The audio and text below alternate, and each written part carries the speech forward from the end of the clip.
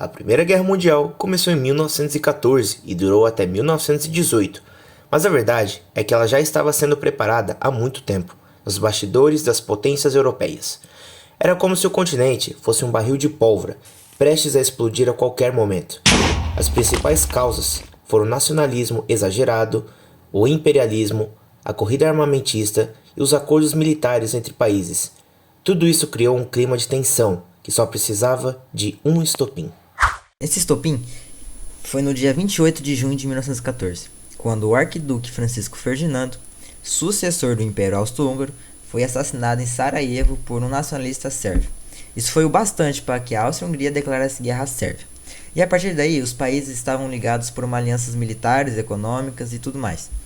De um lado teria a Tríplice Entente, que continha a França, a Inglaterra e a Rússia, e do outro a Tríplice Aliança, que era a Alemanha, a Áustria-Hungria e inicialmente a Itália.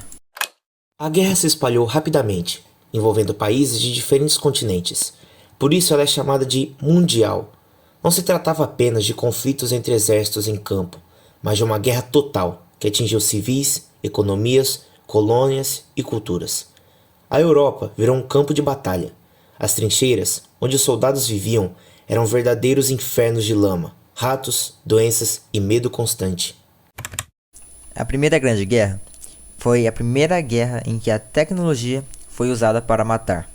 Metralhadoras, tanques de guerra, aviões, submarinos e armas químicas mudaram completamente a maneira de lutar.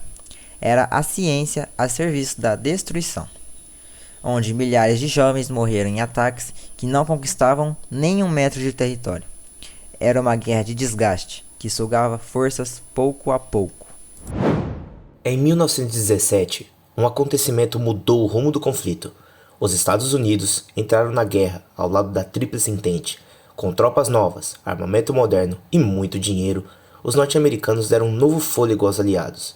No mesmo ano, a Rússia saiu da guerra por causa da Revolução Russa, que derrubou o czar e levou os bolcheviques ao poder. No ano seguinte, em 1918, a Alemanha já não tinha forças para sustentar o conflito. A sua população estava cansada, sua economia estava destruída e os soldados desmotivados. O Império Alemão começou a ruir. E em novembro desse mesmo ano, a Alemanha assinou o armistício e a Primeira Grande Guerra chegou ao fim.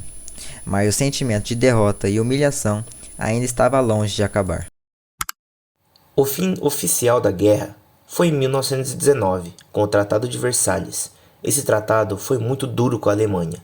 Ela foi obrigada a aceitar a culpa pela guerra, pagar indenizações milionárias, perder territórios e reduzir drasticamente seu exército. Isso gerou um clima de revolta e vingança no povo alemão, que anos depois daria espaço para o surgimento do nazismo e da Segunda Guerra Mundial.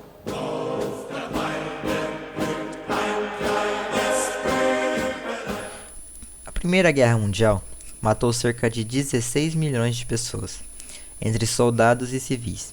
Milhões de famílias foram destruídas, cidades foram devastadas e um trauma coletivo se espalhou pelo mundo. O mapa político da Europa mudou completamente, com o fim dos impérios como o austro-húngaro, o otomano, o alemão e o russo. E novos países surgiram e a ideia de guerra justa foi colocada em dúvida. Mais do que um conflito militar, a Primeira Guerra foi uma virada de chave na história da humanidade.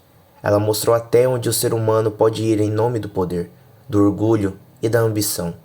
Mas também foi um aviso de que o caminho da guerra sempre cobra um preço alto demais.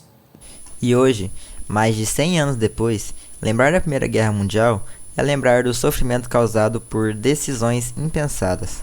É entender que a paz não é apenas um desejo, mas uma necessidade para que a história não se repita. Porque, quando o mundo entra em guerra, todos perdem. E é por isso que a memória histórica é tão importante, para que a gente nunca esqueça, para que a gente nunca permita que o ódio fale mais alto do que a razão, e para que a paz continue sendo o ideal mais urgente da nossa civilização.